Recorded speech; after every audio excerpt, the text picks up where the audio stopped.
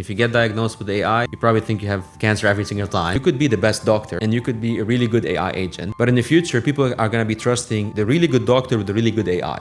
AI is becoming infiltrated in every part of the process. We were approached by one company about AI in MRI. To gather the information from your system, you will not come and use my patient's data, develop the knowledge, and then use it elsewhere, and I pay you. There is no way my daughter will come to me. I had a fight in school. I will tell her, go solve your problem by yourself. When you teach your children since they were 3 years old to be independent, believe me, your life will be much, much easier. So being a woman in the Middle East, how was it like? I have to say it was.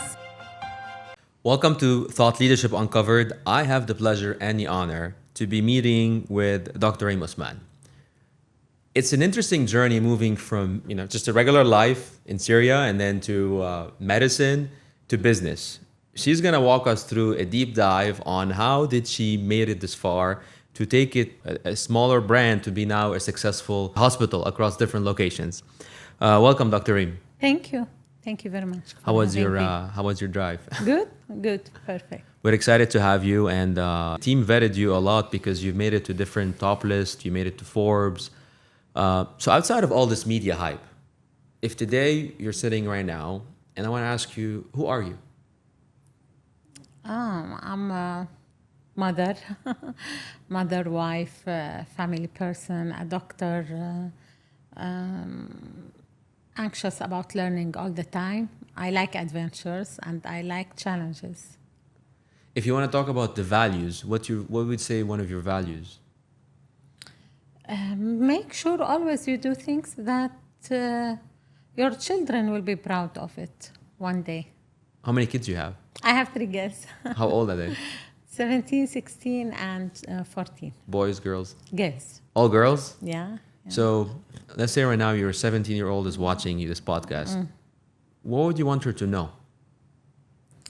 That if I made it from Syria and from medicine to here, she can make from Dubai to the moon. Tell me about your life story. So you grew up in Syria. Yeah. And then? I'm a doctor originally, ophthalmologist, eye surgeon. So I graduated from Latakia University and I moved to Saudi Arabia to work there. And from there, I moved to Dubai. I got married and I decided that I need a shift. Moving from practicing medicine to healthcare. So I study MBA in Dubai here, and then I moved to the healthcare management part with the Saudi German. So a lot of people might be wondering today, and then probably there's a lot of doctors who would want to switch to business. What would be your best advice? How long have you been in this role right now on the business side? On the business side, almost last 16 years of my life. 16? Yeah. Okay, so think back when you first starting this role. You're a doctor, you did get your MBA, it's an education. What advice would you give to someone who's a doctor thinking about going into the business side of it? It depending what's your passion. I have different story because I married the founder of the hospital where I was working. So it's maybe interesting and unique, but at the same time you have to prove yourself. I proved myself the hard way because here the challenges are even more sometimes. What I tell not all the doctor, but I tell everyone that always follow your passion. And not necessarily that we will know our passion when we are young, studying university. Like for me, it was the typical scenario. I was a student and I got the grades to be a doctor. Let's be a doctor. So I don't think I had really at that time to study or to analyze what I want in life or what's my passion in life. First thing now, the current student, they have more opportunity to know exactly what you want. And also you can try and you can study and you can be successful. I was a very successful doctor, by the way.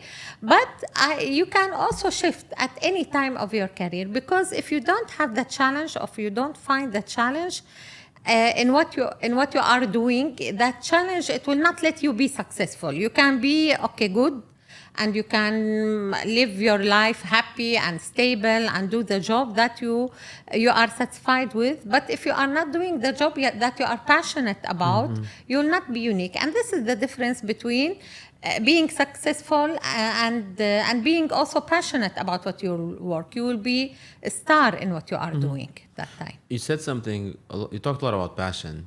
So there's two schools of thoughts. People think you should know your passion because you're doing it, or you should like feel around it, or you become passionate about something as you're doing it. And for example, I've met some CEOs and founders where they were not so passionate about something, but the fact they were in it, doing it, they developed the unique proposition and became so valuable at something, so they became so passionate about it. Versus the other people, like an artist, he's always had the passion for art. Yeah. Which one you think it is? Is it both, or is it one or the other?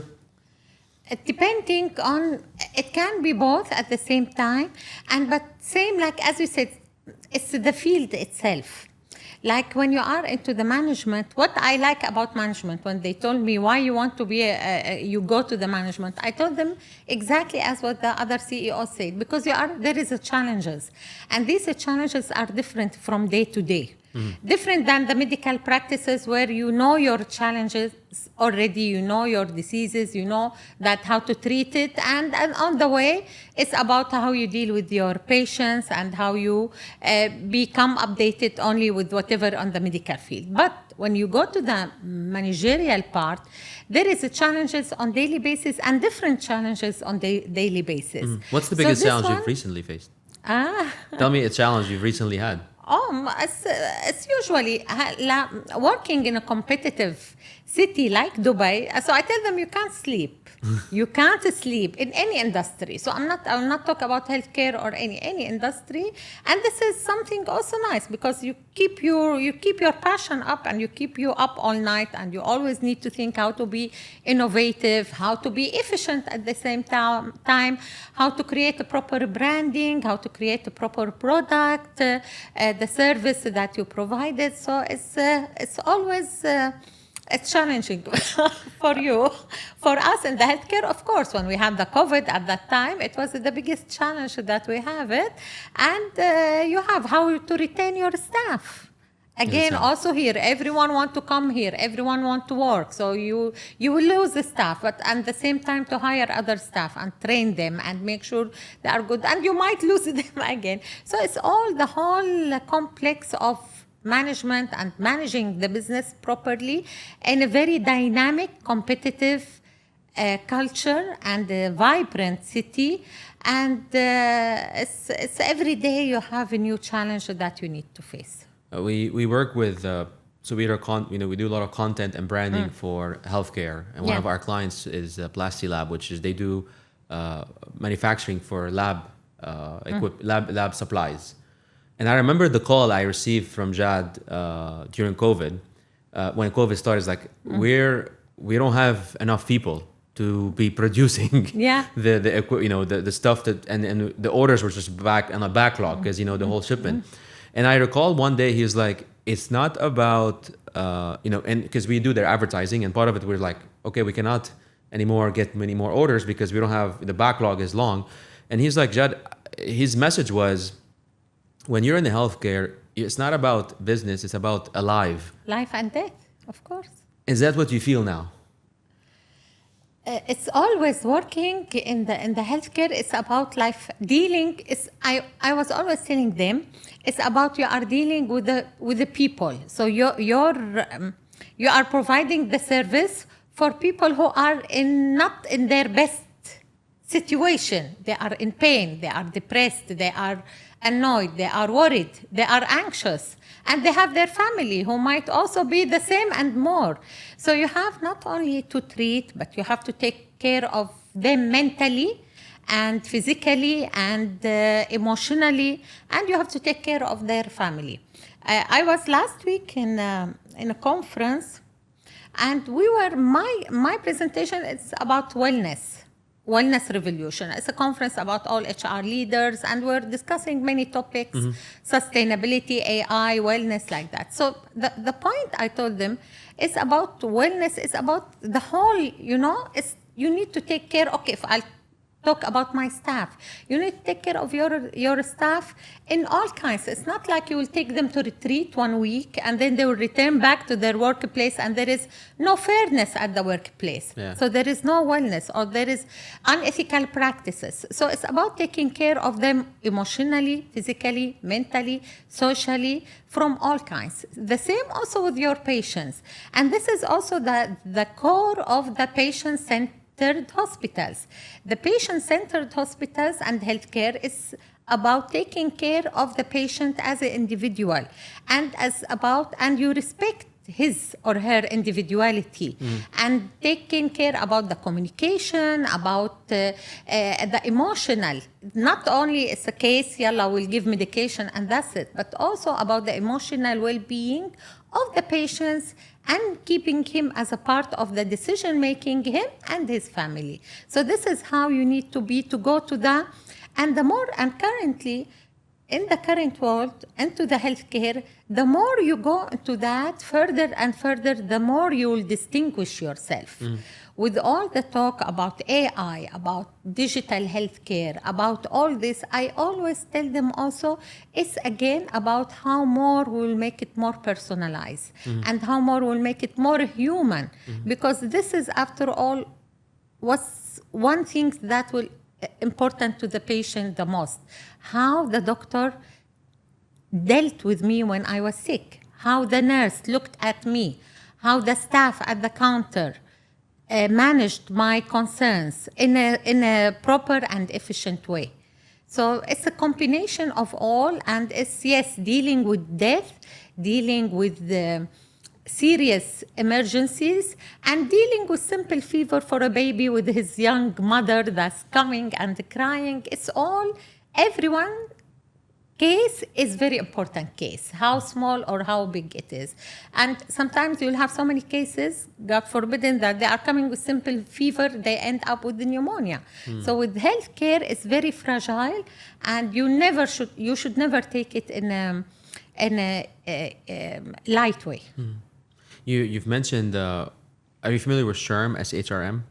No. So it's the largest HR association in the world. And you Okay. mentioned you were talking to HR. Yeah, I was in the CHRO. Yeah, so we work with, SHRM is one of our clients, and we work Okay. closely with the CEO of SHRM. His name is Johnny C. Taylor. One of his keynotes, he said something that you touched on. He said, we need to put back human in HR. Yes. Do you feel, I felt you touched something similar to what he said, because you said about human into medicine. It's not just treating people, it's just remembering that it's a person. How do you make sure that as a CEO running different doctors and stuff? I'm now the vice chairwoman of the group. I stepped down from the CEO position 18 months back because I wanted to move more into the board and to having more time for, sharing the knowledge and talking and into the governance. And the board. So having done the CEO role and now you're thinking about more a board role. Yes. If you think about it, how would the board make sure that, or how as a leader in the leadership role, you want to make sure that that mindset culture that you mentioned is literally coming down to every single level of the care that you're giving, how every doctor is thinking in that way. Is there some sort of processes that you've instituted or some procedures? Or, for example, we work with Chick-fil-A. It's a big chain. Yeah. One of the work we've done with Chick-fil-A is, if you notice, they have certain way to greet people when they walk in. You're welcome, the last thing people say, or the orders, you thank you. There's a lot of processes that instituted for that customer interaction stays consistent across things. How do you guys do it? It's a continuous process, and that's, yes, the HR will play a major role in this, but the instruction should come from the CEO. If the CEO will not have this vision, and you should work on it on daily basis, and it should be done on all the levels, from CEO to directors to managers to the staff, and you should control it and audit it really on daily basis sometimes. We were talking during, actually, my conference is similar. We're talking about sustainability, sustainability concept.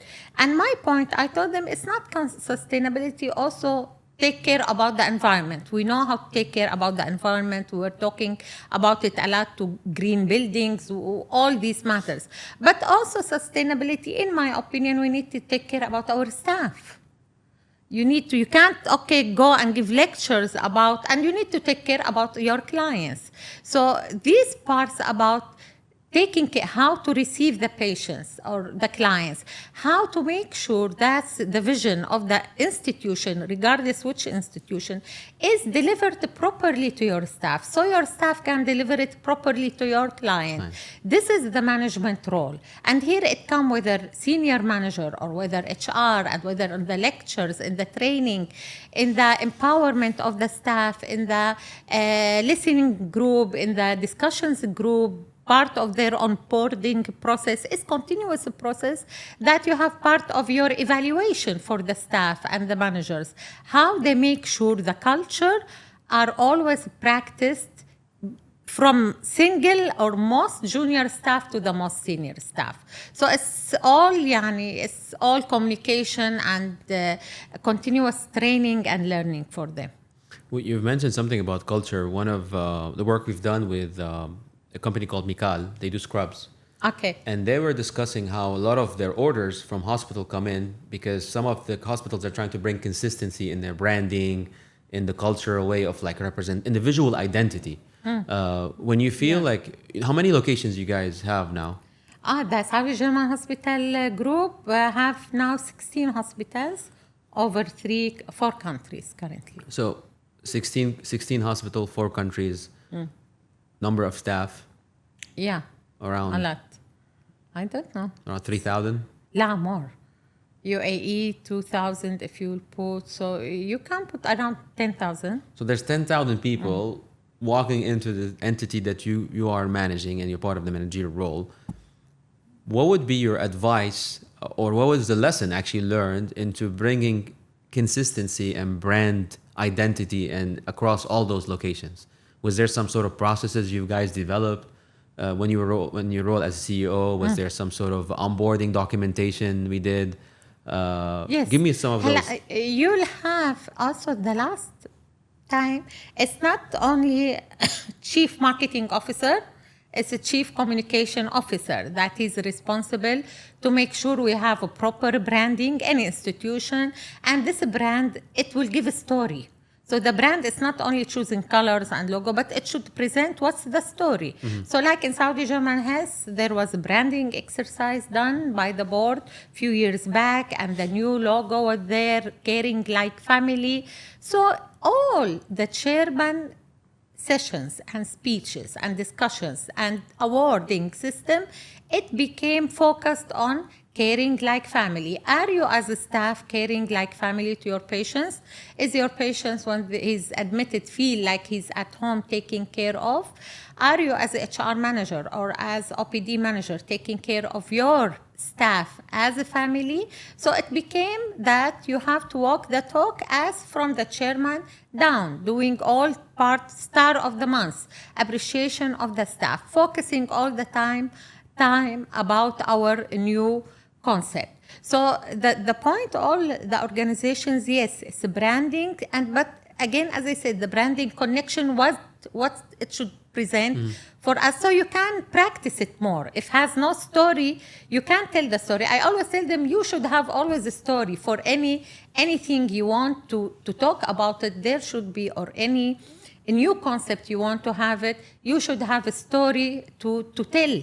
That's why how people will remember it will be connected to it. I love what you said, because running a marketing agency and content creation agency, always people get confused marketing communication. And to me, I literally was recording just before you walked in. The importance of what is marketing? Marketing is communication. We give you the verbiage, we give you the language, we tell the story, and then we want that story to become part of the well-being and the process of the company. And a lot of times, for example, we work with Chipotle. And one of the things that we work with the CHRO of Chipotle. One of the things she's done in the organization to extract culture, she interviewed about 25 or maybe like 50 people from different parts of the company, and they asked them to document their values, and that became one of the values that Chipotle has to grow the company. Yeah. How was the documentation with your chief communication officer or chief marketing officer done, was it also integrated part of the staff, or you guys decided based on the how long you've been in business? Walk me through the language, how it was kind of create, because I love the slogan.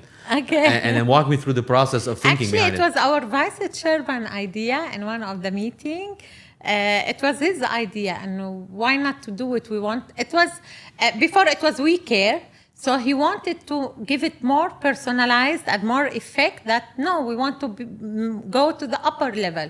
Why not to do it as caring like family? And it was there. How was the staff perception for it, the rollout? They like it, and especially because you go into two ways. It's not too far from the previous one, We Care, and now caring like family. So it's on both sides, caring about your patients, caring about your staff, caring about your payers, about your suppliers, about yourself also. So and it works on more things, because in healthcare, and that's why you see We Care is I think universal language in many healthcare organizations, because it's about caring about the patients and their health, as I said, but also caring about the staff, caring in all wellness in all its layers, as I mentioned earlier. I want to pivot a little bit to, we know the struggle. I mean, I grew up with a very strong mom. She led her own business, and then she got us to where we are today. And I'm always inspired by women leader. Yeah. So being a woman in the Middle East, how was it like? Was there a lot of like challenges? Walk me through the struggles of even being a female doctor in the Middle East, from Syria to where you are today. There must have been a lot of stories. Unpack some of it to us. Right. So Anna, I finished my study in Syria, and I didn't see myself practicing there. From the beginning, I want to travel. And my first experience, it was in Saudi Arabia, in Jeddah. And I have to say, it was okay. It has its challenges, of course, but it helped a lot in give me who I am now. And moving from, small city in Syria that all your neighbors Syrian, you go to Jeddah that you will see all the nationalities, and this one like few years back. So it was very eye-opener for me. And it helped me a lot in, what the future will hold for me. Yes. I want something more specific. A woman, a daughter telling their parents in Syria, I'm going to be traveling. Actually, it was my mother. She encouraged you? Yeah. Wow. And this is the importance. And that when you have your parents, always it's about your parents. No, she's the one that go travel. And actually she was criticized a lot. And to go to Saudi Arabia, and it's difficult, single daughter like that. It was, she was criticized. But no, she was always looking for our future. Is she your inspiration? I have to say that. Yeah, she is the one. From there, I enjoyed working a lot there. And even when they had, after my marriage, she's the one who said no to go to Dubai, enough Saudi Arabia. I said, okay, let's go to Dubai. With your husband? Yes. Okay. The decision for me, it was my decision that after marriage, I want to take a break. I want to look what I can do in my life. You feel yourself sometimes that there is other things, you can achieve it more, you can do it more. So even I started the MBA, I always tell them, make fun of it, that I started the MBA, I was pregnant with the first girl, I was pregnant with the third one, girls and education at the same time. And I tell them always, you can study any time of your life. You don't need motivation except your own motivation. My family, my husband, my mother, everyone knew that I was studying MBA after third term that I was there, because I want to try, is it how I would like it or not? And then moving to the healthcare management, the challenge was to prove yourself. And the challenge was to move to the hospitals and to prove yourself, and to have the success for the hospital, and to make sure that it's a strong organization, So my challenges were mainly related to the day-to-day operation and to the competitive culture of the city here, and how to prove yourself, and how to prove to go financially and from all medically excel, and then putting our expansion plan, going at Sharqa, Ajman, expanding for the Dubai, making another subspecialty hospital, satellite clinic. All this, I stepped down from the CEO after the inauguration of Batarji Medical City, which is the Saudi German Hospital Dubai, subspecialty hospital, medical college building, staff accommodation. It's beautiful. I told them, okay, I'm done. I want now to have time for me to think about something else and the new things. As a parent, I will tell you that it's about how I don't think if I was working or not working, my parenthood style will be different. Because I was fortunate enough to have a strong, independent mother. So I think I was similar in the style of parenthood, or even more. So yes, I was busy at work, but it was never affecting. I always tell them it's about quality time, not quantity time. I'm not with this protective, with my respect to everyone, but my style that I'm not protective mother. Like, there is no way my daughter will come to me, I had a fight in school, I will go and fight for her. I will tell her, go solve your problem by yourself. Until now, my daughters remember that yeah, we know she will not come. She will tell us, go manage, you have your teacher, there is solve the problem, unless when it's big emergency, call me. But when you teach your children since they were 3 years old to be independent, believe me, your life will be much, much easier. Since they were 3-4 years old like that they know, they see me busy. If sometimes they will complain, I'll tell them I'm busy because I'm building something, I'm developing something, I'm developing for you, I'm developing for the people, I'm developing for the community. It's not only the small house, it's everyone. And now all of them, my daughters, they are in boarding school. All of them started, with my support now, started their own companies, and they are involved in, one of them has marketing company. That's awesome. Yeah, and they are even involved in the branding. Of course, not day-to-day operation, but they are started to think about it. At the same time, they are a student at their schools, and I'm proud of them. Do you believe your mother impacted the way you're mothering them a lot? Like, Yeah, how they're encouraging? Yes, of course. So because why I'm asking this, some people, like, the whole saying is, you see somebody on the street, he goes, yeah, my dad was alcoholic. But you see someone successful, he goes, yeah, my dad was an alcoholic. So people always can make an excuse of why they're successful, why they're not. But the way I look at it is, sometimes you go the opposite way you were raised, and sometimes you go like you were raised. Yeah. It's never, I think that, especially in beautiful city like Dubai, all parents have big challenge to have privileged uprising for their children, which might lead to spoiled children. And sometimes you see a lot of these scenarios. So depending whatever the financial situation of the family, super rich or moderate, no. It's about how you raise them to be independent, they don't take the money easy, to value the blessings that they have.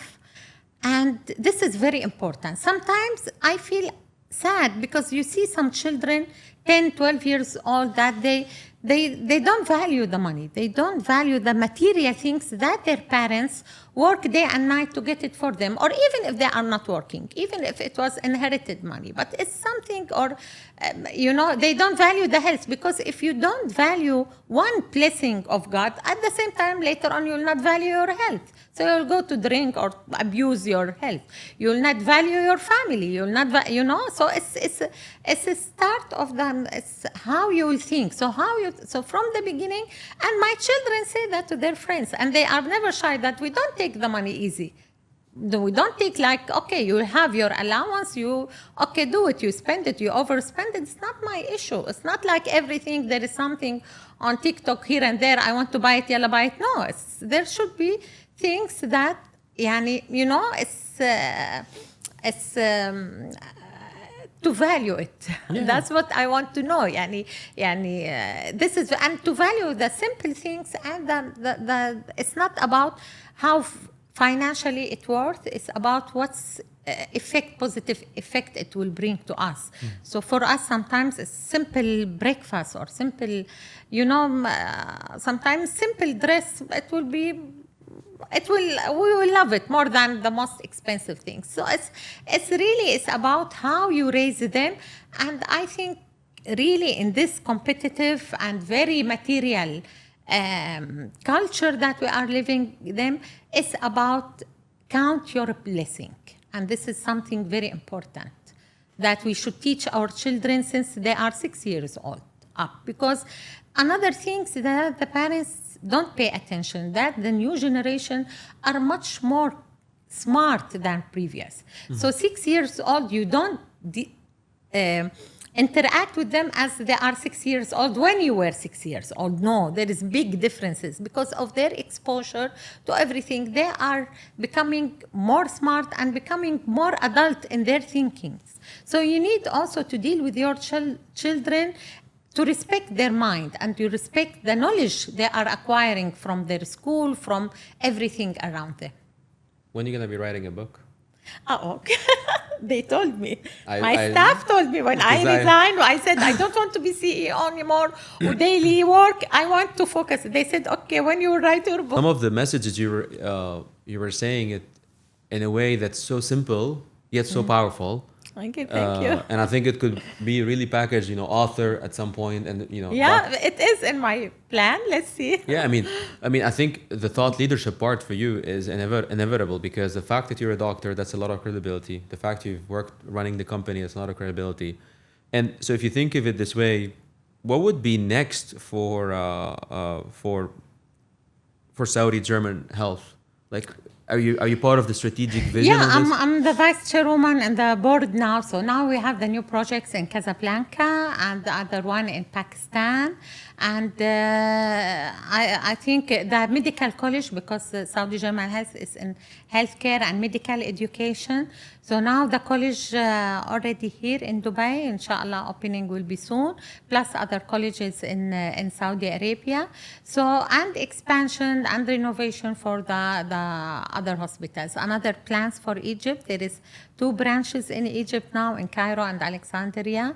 And yes, so it's healthcare expansion. How is AI development. integrating with healthcare? Did you guys start noticing doctors are using it? Patients, obviously patients are using it. And if you get diagnosed with AI, you probably think you have cancer every single time. Yeah. Now, some with WebMD. My brother is diagnosing himself with ChatGPT. Yeah. I told him this will be the future.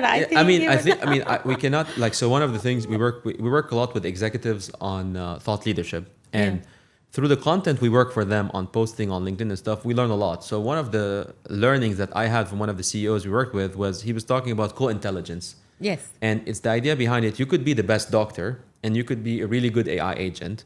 But in the future, people are going to be trusting the really good doctor with the really good AI. Both Do you of agree them. with that? Yeah. And I think more and more doctors now, because it's sometimes change is difficult, and this is, we had it like a few years back. So now they are more into buying and believing that they need to develop themselves. Otherwise, it will be, as you said, and exactly it was mentioned properly, it's combination between the doctor and AI. Currently now, if we want to talk about AI, it's the best place for it now in the revenue cycle management process, in the billing process, to reduce the rejection process, to make sure approval are coming faster, to make sure the whole patient journey in the hospital is faster. And later on also it's about the diagnosis and MRI and reading and getting the results faster. This is, I think it can be very practical and very helpful, because the less time like that, the more time the doctor will have to take care of his patient, which will affect more the human part Yeah. that we were talking about it. You need to reduce the burden, the administrational burden from the patients and from the doctor and from the hospital itself to make sure that our focus is the patient himself, Yeah. not to focus about writing or coding or auditing or submitting or rejecting or, all these parts. So really, if AI, it's now there is a lot of AI platform to help in this part, but I think one day it should come to be mandatory and should be implemented in every healthcare organization. You mentioned something being mandatory. One of the things we worked on, one of the workshops I'm actually giving, is AI and storytelling. Because I think what you mentioned, storytelling is key in every single element. But right now we have even more of an ability to design better customer journeys with AIs. Because like you talk about patient journey, we talk about customer journey. Think about someone who doesn't know you to know you, to get to know you. The way I look at it is we can leverage AI to understand the data to have better journeys for each of those customers. Like think someone from a wealthy family will come to your site from a different way versus someone from a worker, for someone from insurance. There's different journeys coming to you as patients. Yes. How is that impacting, for example, your hiring at the moment? Are you asking those kind of questions? Do you use AI? Are you training the staff?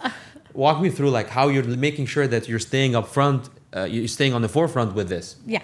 Before I say this, I wanted to also emphasize about AI. One day also we should come that it's now still in one experimental, a lot of companies you want to see, but in the future, it's about also chronic disease management and making sure of wellness and making sure that the chronic disease patients that they no need for the call center guy or the doctor to remind them about their follow-up. It should be implemented from the HIS, from the hospital system, patient file, and the AI directly to make the call and the reminder to the patients that it's time for your follow-up, it's time for your medication, it's time for your blood test, and all these matters. Now it's done. Some systems are doing it, but I think we have to see it as a general practice. In AI, how now actually in the corporate office now they are doing the recruitments by AI. So the panel and the recruitment officer who do the interview now following with the AI structure. But I think now it should be, it's not done yet, but it should be in all industries, is about how some doctors, as I told you, now they are becoming and doing it on individual. They are already there. So it's not recruitment panel, but they are doing it as efforts, personal efforts to improve themselves in this regard and make sure that they are more closer to their patient and to the younger generation of their patients.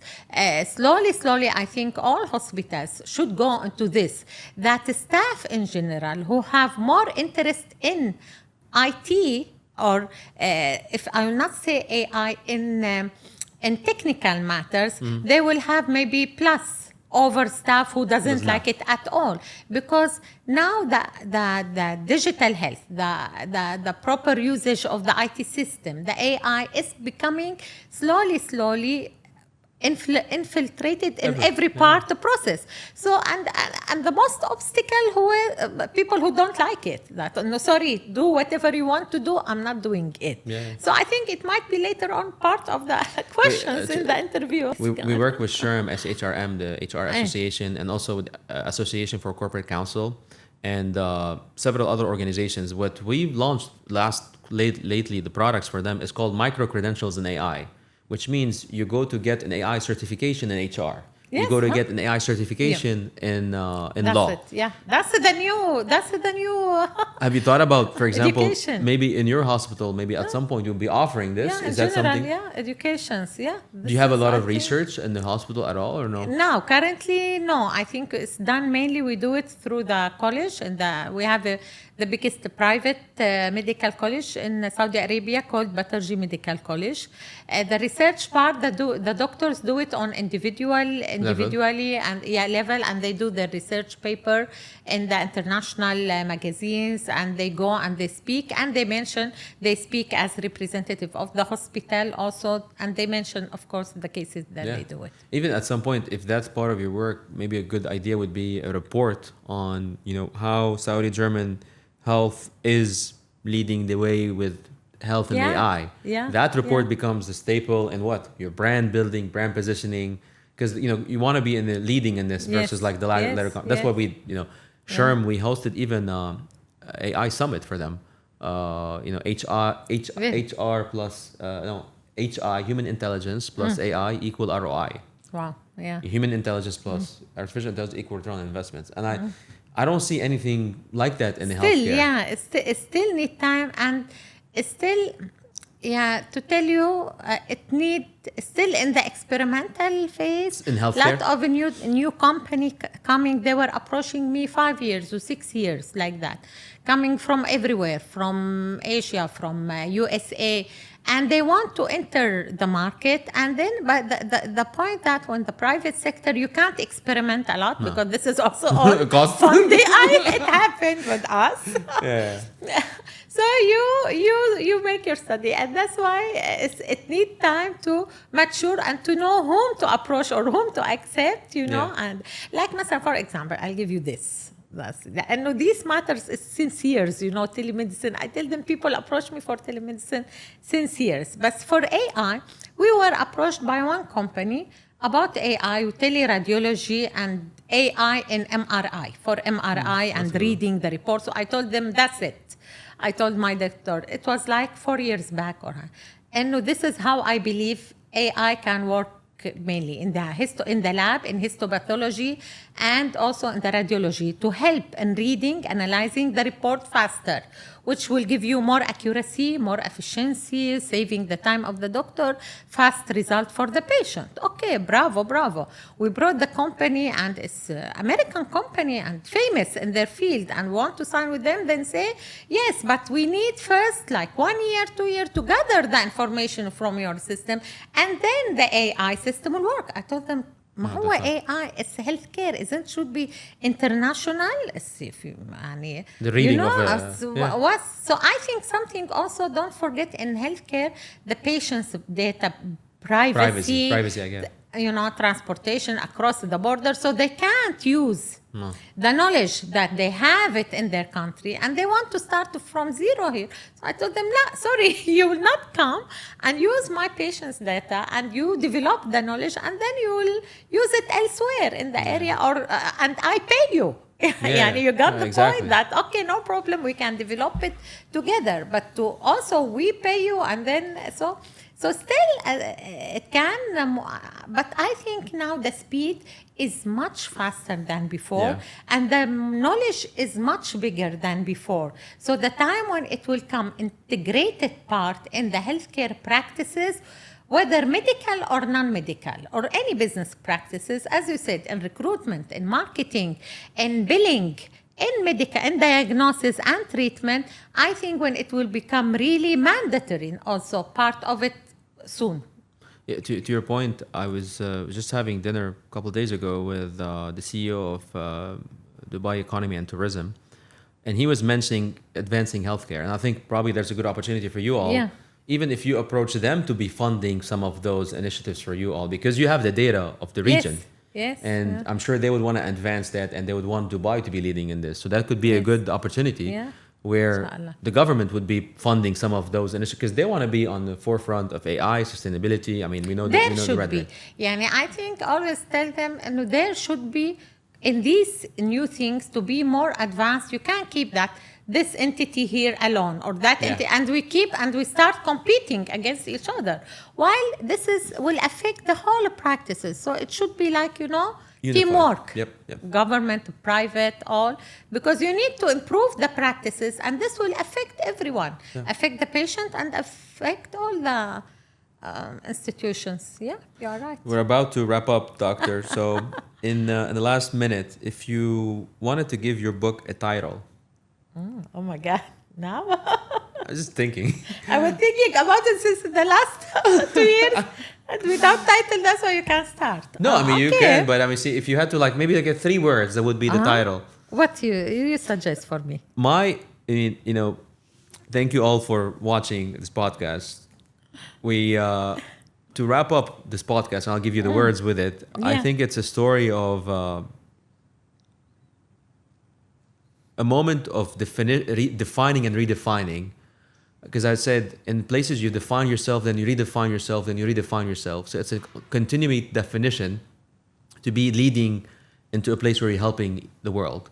So I think the title is to be like redefining or recreation or from a purpose to a higher purpose. It sounds like. Yeah. Yeah. So, but I want to thank you for your Thank you time, very and much. it was a pleasure having you. Me too. And I'd like to get a photo. Do you mind getting Yes, a photo please. of both of us?